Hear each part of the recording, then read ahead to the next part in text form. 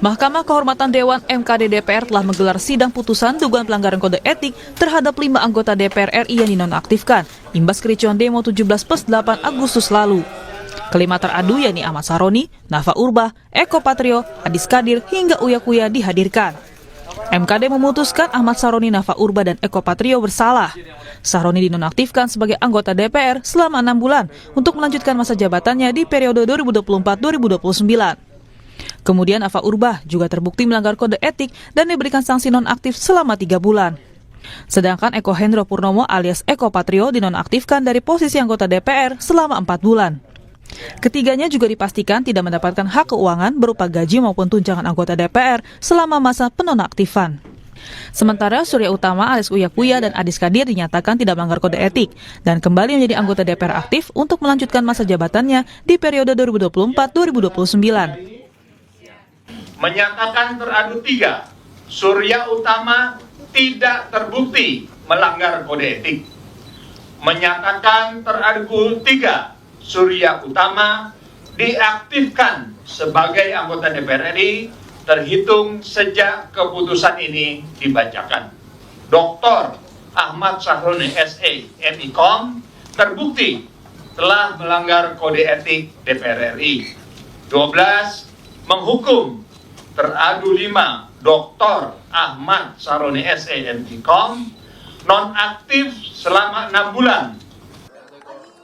Usai putusan MKD DPR, Eko Hendro Purnomo alias Eko Patrio tak menjawab satupun pertanyaan wartawan. Sementara Surya Utama alias Uya Kuya dan Ahmad Saroni mengaku menerima putusan MKD. Kita menghargai dan MKD tentu saya sangat profesional sekali, sangat objektif, dan apa yang diputuskan itu memang sesuai dengan bukti-bukti dan juga saksi ahli yang sudah memberikan keterangan ya, dan saksi-saksi lain ya. Pembelajaran untuk Bang sendiri? Ya pasti kita semua manusia pasti harus belajar lah. Berarti setelah Ya. ini diserahkan pada Mahkamah Partai maksudnya? Iya, diserahkan pada Mahkamah Partai. Berarti setelah 6 bulan akan menjabat aktif lagi ya? Belum tahu, makanya tunggu aja. Pak, itu kan tadi kebanyakan itu dibilang itu video bohong, dan itu hoax. Itu berarti akan ada melaporan ke polisi terkait video-video itu atau biasa aja Pak? Oh yang tadi. Ya, tadi. Ntar aja deh, Tapi menerima ya Pak semuanya, maksudnya? Iya kan udah keputusan yang diterima lah. Pengamat politik Ray Rangkuti menilai putusan yang dikeluarkan MKD DPR RI tidak akan membuat jera. Menurutnya, putusan ini hanya untuk meredam, tapi tidak dalam rangka untuk mengubah wajah DPR. Nah, yang kedua, apakah ini akan memberi efek jera? Jelas enggak. Jangankan setelah ada sanksi seperti ini, bahkan sebelum ada proses, ya katakanlah misalnya peradilan etik di di Majelis Kehormatan DPR ini, situasi DPR-nya menurut saya kurang lebih mulai sama lagi, ya sudah seperti kembali ke setelan awal gitu lah ya. Jadi nggak akan ada efeknya sebetulnya gitu. Jadi ini semacam upaya untuk meredam saja lah sebetulnya, tapi tidak dalam kerangka mengubah wajah DPR secara menyeluruh. Sebelumnya, respon Adis Kadir, Nafa Urbah, dan Ahmad Saroni mengenai pemberitaan kenaikan gaji dan tunjangan DPR RI dinilai memancing kemarahan publik. Di sisi lain, aksi Uya Kuya dan Eko Patrio yang berjoget saat sidang tahunan MPR RI pada 15 Agustus 2025 juga dinilai tidak peka terhadap kondisi perekonomian masyarakat yang sedang sulit. Tim Liputan, Kompas TV. Saudara, Mahkamah Kehormatan Dewan atau MKD DPR RI memutuskan Ahmad Saroni, Nafa Urbah, dan Eko Patrio bersalah dalam dugaan pelanggaran etik. Saroni dinonaktifkan selama 6 bulan, dari anggota DPR, Nafa Urbah selama 3 bulan, dan Eko Patrio selama 4 bulan. Sementara Uya Kuya dan Adis Kadir dinyatakan tidak terbukti melanggar kode etik. Lantas, apakah putusan ini sudah sesuai dan mampu memberikan efek jera terhadap anggota Dewan yang melanggar kode etik? Akan kita bahas bersama dengan sejumlah narasumber melalui sambungan daring. Sudah bergabung bersama kami ahli hukum tata negara dari Universitas Andalas, Bung Ferry Amsari, dan juga ada anggota Majelis Pertimbangan Partai Amanat Nasional, Toto Daryanto. Selamat pagi Bapak-Bapak, Assalamualaikum, selamat pagi dan apa kabar?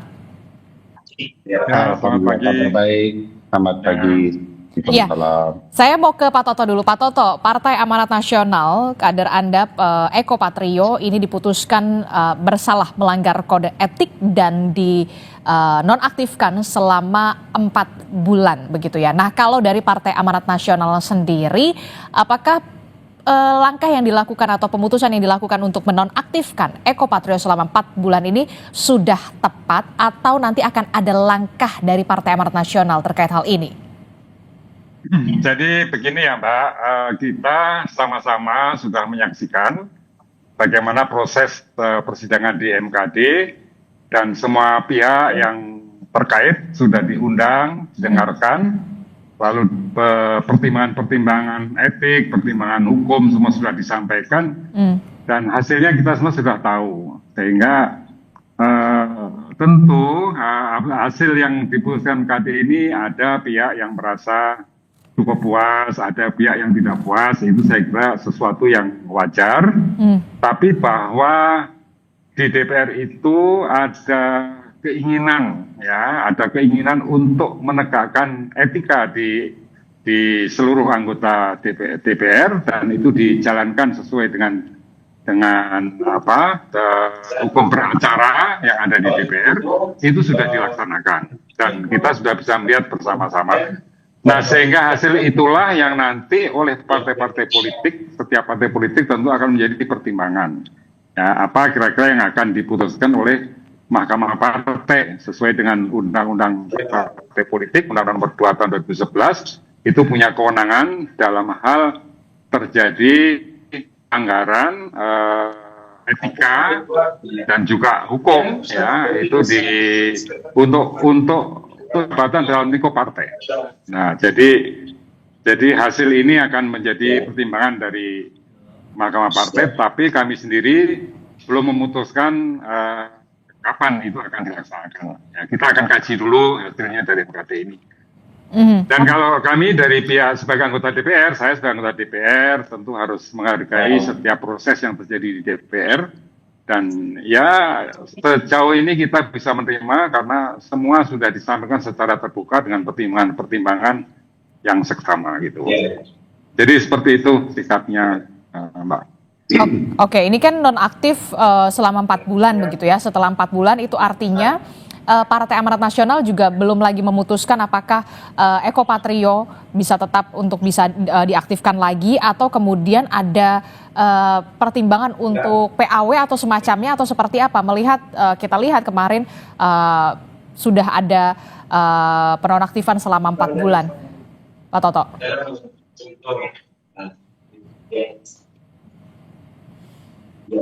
Baik, sepertinya kita mengalami komunikasi audio yang bermasalah dengan Pak Toto. Saya ke Bung Ferry. Bung Ferry, putusan MKD terhadap 5 anggota Dewan ini menurut Anda sudah tepat atau hanya meredam kemarahan masyarakat? Atau justru ini malah memantik lagi nih kemarahan masyarakat? Dinonaktifkan Nafa Urbah 3 bulan, Eko Patrio 4 bulan, Ahmad Syaroni 6 bulan. Untuk Uya Kuya dan Adis Kadir dinyatakan tidak bersalah, tidak melanggar kode etik.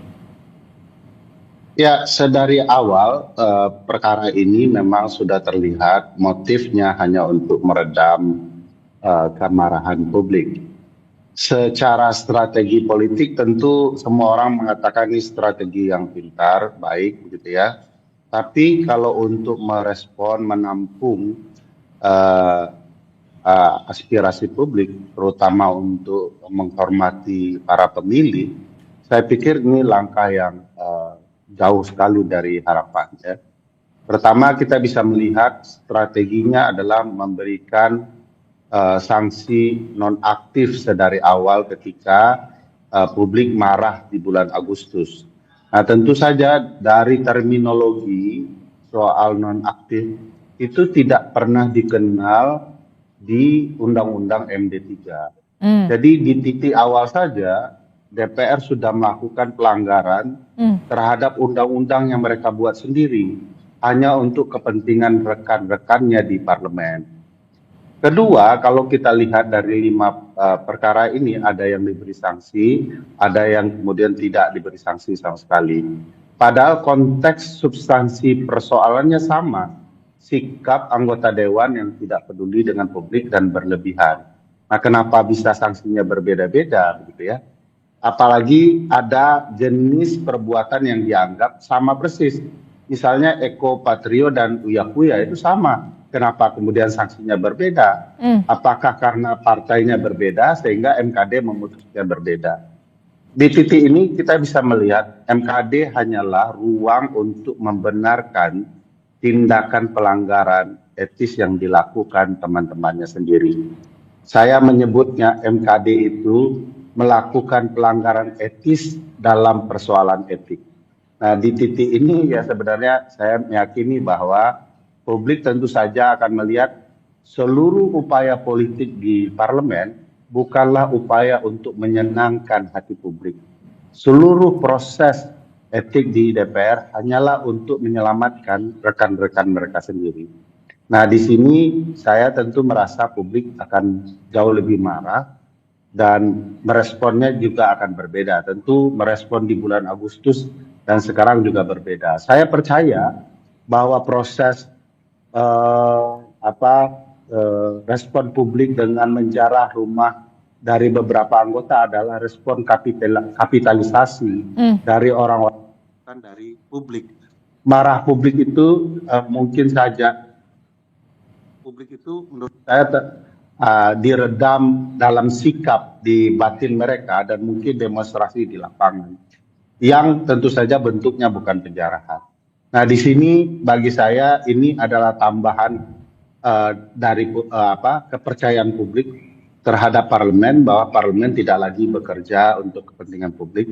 Bahkan MKD sendiri di titik tertentu ketika memberikan sanksi nonaktif itu konsep nonaktif itu tidak dikenal kenapa bisa berjalan. Oleh karena itu dari awal sekali ketika Uya Kuya dan lain-lain dinonaktifkan, saya tidak percaya bahwa itu adalah format yang tidak ada di Undang-Undang MD3. Dan sekarang disanksi lagi sesuatu yang juga tidak ada di Undang-Undang MD3. Nah, dramanya sudah diketahui dari awal. Saya tertarik, tidak ada di Undang-Undang MD3. Jadi sebenarnya untuk keputusan nonaktif ini tidak sesuai dengan aturan yang sebenarnya atau seperti apa? Kalau merujuk di aturan MD3 itu seperti apa sebenarnya? Supaya kita juga punya pemahaman yang jelas di sini, Bung Ferry. Ya. Di Undang-Undang MD3 terminologi nonaktif itu hanya terjadi kalau anggota MKD mau diberikan sanksi etik. Tidak mungkin mereka aktif karena mereka bisa mempengaruhi lawan-lawannya termasuk MKD. Oleh karena itu, kalau anggota MKD bermasalah etik, dia dinonaktifkan dulu. Nah, untuk anggota DPR tidak ada terminologi itu. Dia dinyatakan bersalah, tidak bersalah, ya, diberhentikan atau tidak diberhentikan. Nah, di titik ini menurut saya ya ini cuman rekayasa ya.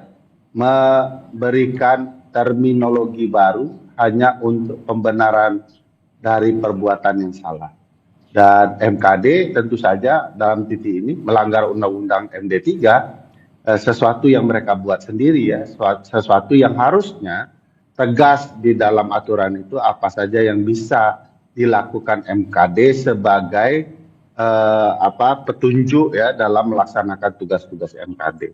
Nah, ini tidak dilakukan oleh MKD. Seharusnya memang putusannya itu seperti apa kalau merujuk kepada Undang-Undang MD3? Ya, kalau mau diberhentikan, dinyatakan bersalah atau tidak bersalah, diberhentikan atau tidak diberhentikan. Jadi tidak ada istilah nonaktif dalam sanksi MKD itu. Jadi kalau mau ya diberhentikan atau tidak diberhentikan, tidak ada terminologi nonaktif kemudian setelah itu diaktifkan lagi gitu, bisa aktif kembali. Itu kan terlihat betul dramanya ya, walaupun dalam berapa bulan itu mereka tidak menerima gaji, ya tidak persoalan juga bagi teman-teman DPR. Jadi ya ini di kesan saya ya ini sebuah upaya terencana untuk membenarkan perbuatan yang salah. Saya ke Pak Toto. Pak Toto, bagaimana respon Anda mendengar penjelasan dari Bung Ferry Amsari? Ini hanya untuk meredam saja sebenarnya begitu ya. Dan ini juga paling tidak jadi presiden buruk juga untuk Partai Amanat Nasional begitu. Ada kadernya Eko Patrio dan Uya Kuya begitu.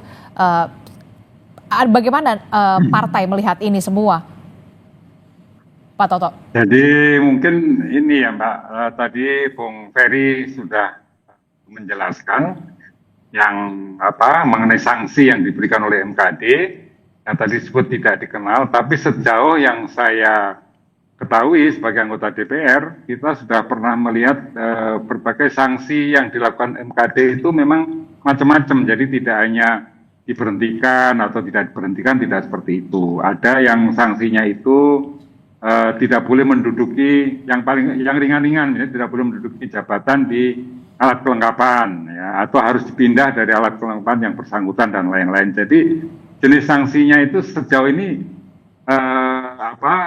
berbeda-beda, tidak macam-macam. Ya, sanksinya itu tergantung dari seberapa Saya boleh besar bertanya, atau Pak seberapa Toto?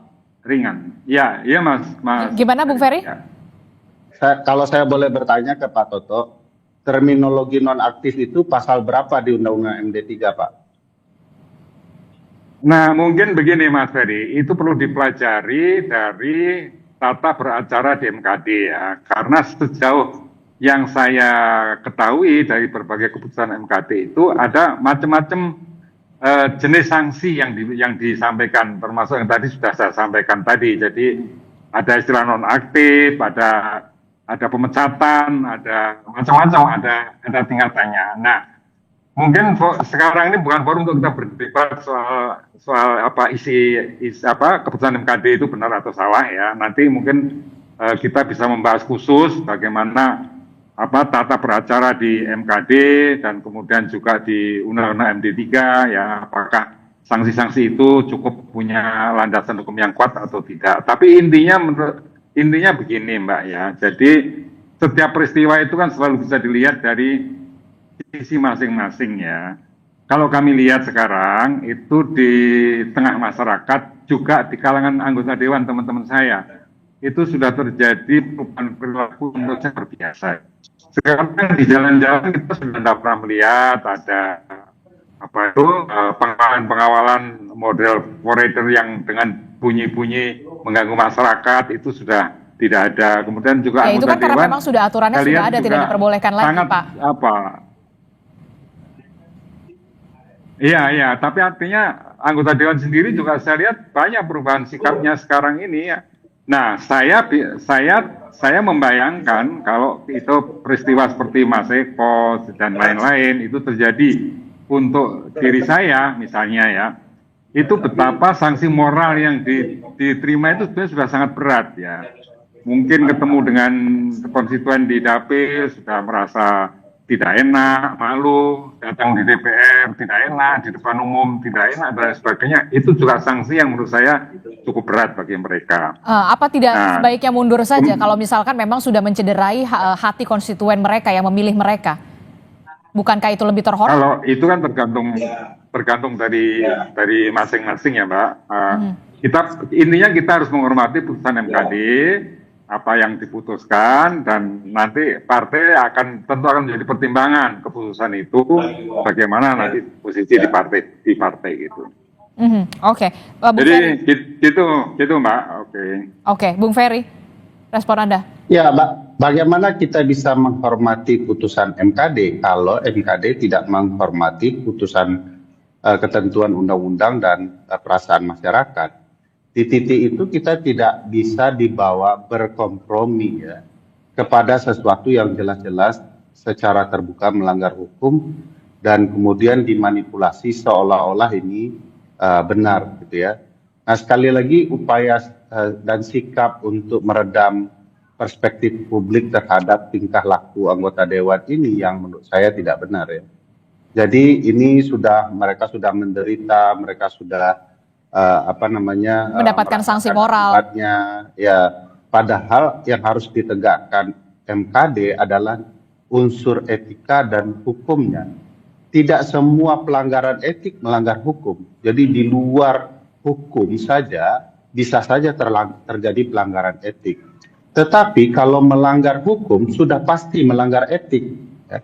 Nah, di titik ini bahkan MKD sendiri ketika tidak berpatokan kepada Undang-Undang MD3, malah kemudian membangun rekayasa baru di dalam peraturan DPR berupa tata tertib, kalau memang itu berseberangan dengan Undang-Undang MD3, tentu itu juga sebuah perbuatan yang melanggar etik, mengabaikan undang-undang yang mereka buat sendiri. Nah, bagi saya sekali lagi sedari awal ketika kerusuhan terjadi, lalu timbul keputusan partai untuk menonaktifkan anggota partainya, di sana saja sudah tidak dikenal terminologi nonaktif. Sehingga semua orang ketika itu menduga bahwa upaya menonaktifkan itu semata-mata untuk meredam kemarahan publik, meredam aksi massa, dan melihat DPR agak lebih netral. Tetapi semua juga tahu karena tidak ada terminologinya, jangan-jangan ini hanya upaya untuk sementara saja. Nah, upaya itu dilanjutkan sekarang, ada yang diberikan sanksi, yang kemudian sifatnya hanya beberapa bulan. Kemudian mereka bisa diaktifkan kembali. Sekali lagi, mungkin ini adalah putusan yang juga mencoba melihat perkembangan situasi, apakah publik marah dengan putusan-putusan seperti ini atau tidak. Dan bagi saya itu tidak elok bagi MKD dan DPR. MKD itu kan pura-pura jadi hakim tuh pakai baju toga. Konsep toga itu saja sudah salah secara etika dan moral ya. Mereka bukan lembaga peradilan tapi penegak etik. Nah, di titik ini sebenarnya tidak terasa semangat MKD untuk betul-betul menegakkan etik dan moralitas anggota dewan, termasuk menegakkan hukum. Jadi bagi saya sekali lagi ini hanya coba melihat situasi, melihat perkembangan. Nanti kalau masyarakat sudah lupa, sibuk bekerja, sehari-hari berkegiatan, ya mereka lanjut lagi gitu ya.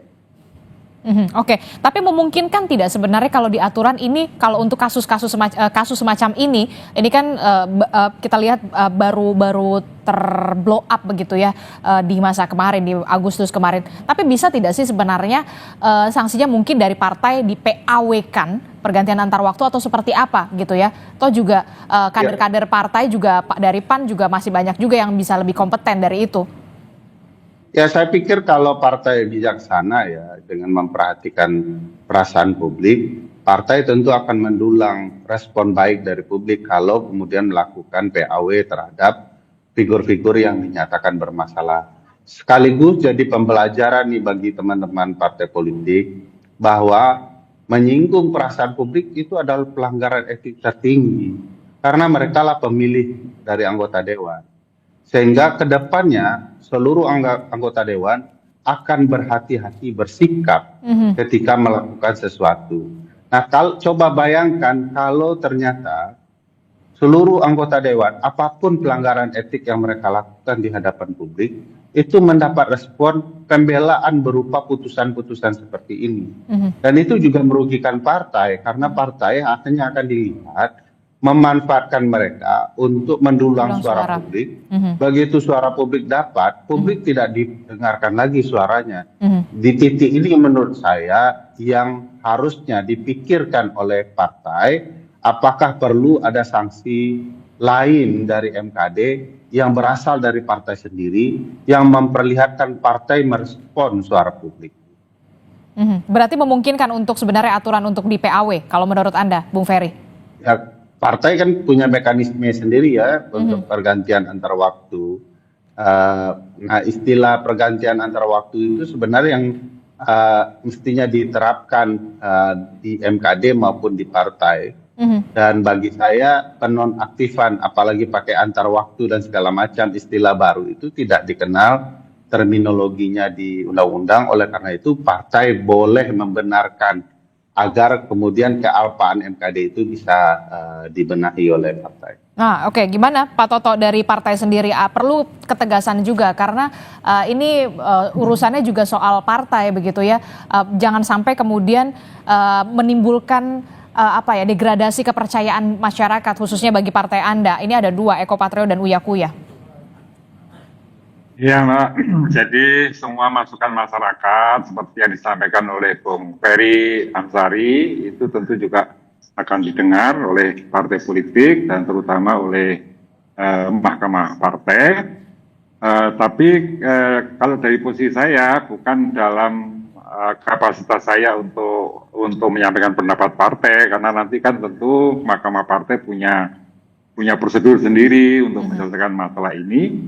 Tapi intinya yang ingin saya sampaikan bahwa sebagai anggota DPR, seluruh teman-teman saya tentu dengan peristiwa yang sudah terjadi yang baru lalu itu akan menjadi pembelajaran yang sangat baik. Jadi kita harus peka terhadap setiap persoalan masyarakat, kita harus mempertimbangkan perilaku apapun yang kita lakukan, dan intinya semua itu adalah jangan sampai kita mencederai hati masyarakat ya. Jadi semua partai politik dan semua teman-teman di DPR saya kira mesti berpikir seperti itu, dan mudah-mudahan perubahan-perubahan akan semakin signifikan dan semakin substantif sehingga fungsi DPR sebagai wakil rakyat itu betul-betul akan bisa dijalankan dengan sebaik-baiknya. Oke, memang sudah Terima kasih Mas Ferry Amsari dan terima kasih Kompas TV telah mengundang kita dan mendengarkan suara kita dari DPR ini. Oke, memang sudah seharusnya wakil rakyat itu mewakili rakyat karena Vox Populi Vox Dei. Terima kasih